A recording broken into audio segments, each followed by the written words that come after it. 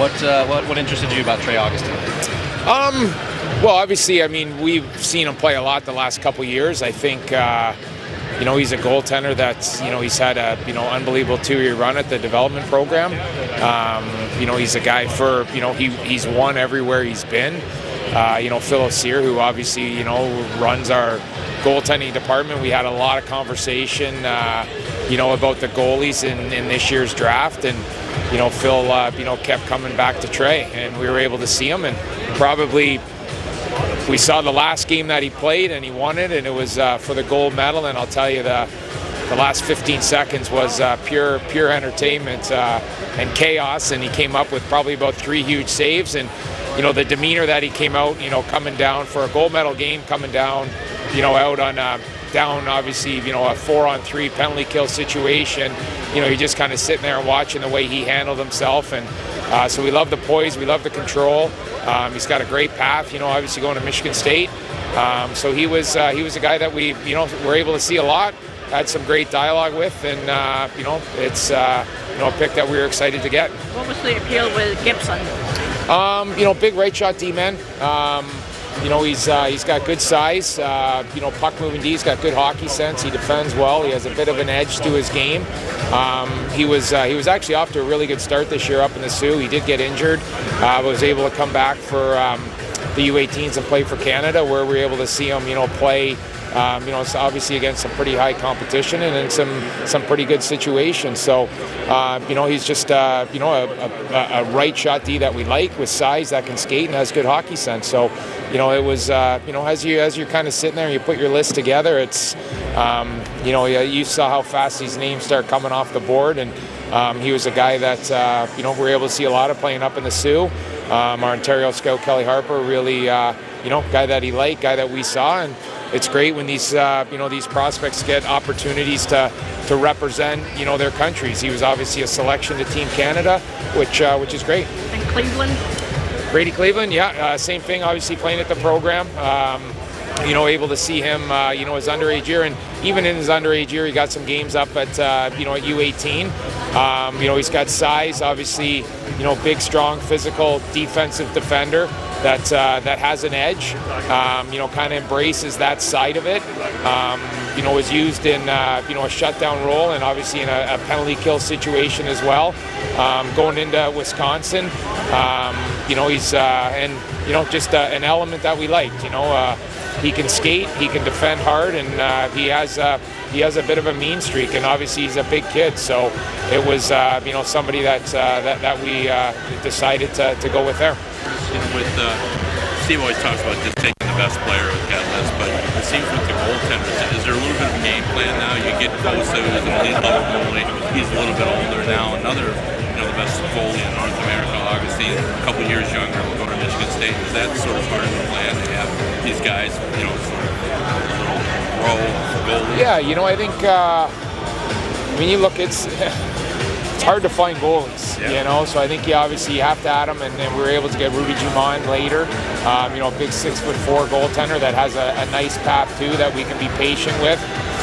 Obviously Trey going up to Michigan State, we're going to get a lot of touches with him, but it's it is, we didn't draft last year, and we were able to add 2 this year.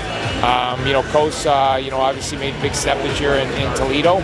We're expecting and looking forward to, another big step going forward. And, we got to start getting some prospects, goaltending prospects in the system, and felt that, these were 2 that we added. But with Trey, it's, I think it's going to be great for Phil to be around Coast, obviously in Grand Rapids, and to be up in East Lansing at Michigan State with Trey as well. So that's that's kind of why it made sense. And when we had 41, 42, 43 at the time, we ended up trading 43 to go back.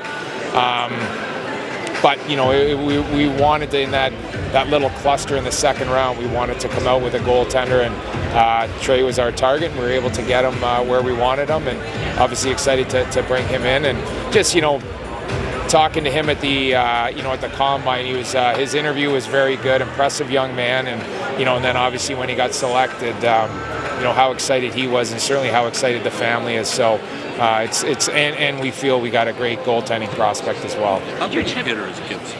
Excuse me? How big a hitter is Gibson? He has it in him. He will play physical. He's got he's got a little cross check, little bite in his game. He certainly doesn't back down from that side of it, and the kid can shoot the puck as well. He moves pretty well for 6'3" right shot D-man. Moves pretty well, skates, defends, and like I said, has a nice little edge in his game as well. Did you tip off Liam that you were going to take his brother, or what's that? Sorry. Did you tip off Liam that you were going to take his brother, or what was the appeal to Noah? He had, he had a great start to the season. I was actually in Cornwall at the World Junior A Challenge when he got hurt. Obviously had an injury that kept him out, I think, for 6-7 weeks. And, as a 17-year-old kid, coming back from injuries is hard, but we saw him early on. He had a real good start to the season. We think he has, very good skill in hockey sense. He's a talented kid. He can skate.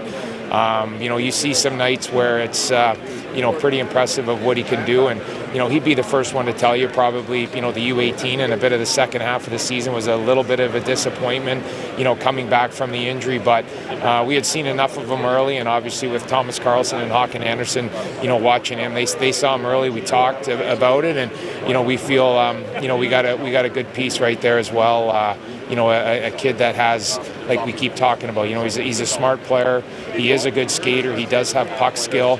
And like I said, he was off to, a real good start of the season. And, the injury's unfortunate, but the injury is part of hockey. Everybody understands that and realizes that. But he's certainly, with his brother already being part of the Red Wings, it's, very excited for the family for him to be, Red Wing as well. You guys have obviously used a bunch of the second rounders the last few years on kind of these big toolsy D.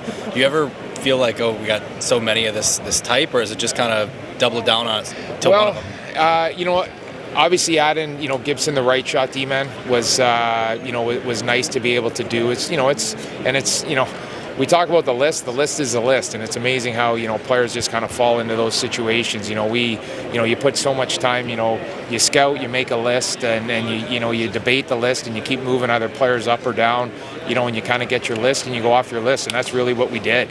It wasn't a matter of forcing anybody up or down. It was where we put them, and we believed in the list. We believed in the players that we got. But sometimes you kind of sit there. We know we do have a lot of left shot D.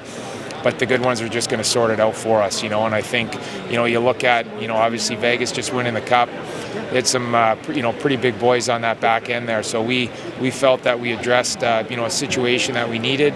Obviously came away with, a couple centers as well, a goaltending prospect. So I think we kind of, Stevie says it, we kind of have to get better in all areas. And we felt that, at the time we're making the best pick possible for our organization. What do you like about Larry Keenan? Skating, size and skating. Great. He's a very good skater, very mobile D-man. Obviously playing at Culver, there was a lot of nights because he was bigger and a better skater than a lot of the players that he played against. It was easy for him. We like the path. He's going to play in the BCHL. Then he's going to school, so he understands he needs to develop. He has to get stronger. He realizes that. But actually a pretty good story with Keenan. His grandfather played at St. Mike's with my dad back in the day, so it's it's pretty good. He came into the interview room and kind of said, my grandfather played with your dad. I don't know if he was trying to make me feel old that it was his grandfather and my dad, but pretty cool story that coming out of St. Mike's. So, but with him, watching him, against prep school, the skating and size really stuck out. So he does have to get stronger. He understands that. He has a good feel for what he is. He has a good feel for what he needs to improve on. But we feel we got another big D-man that can skate. And that's so important in obviously today's game. So that's kind of how he ended up being a selection for us.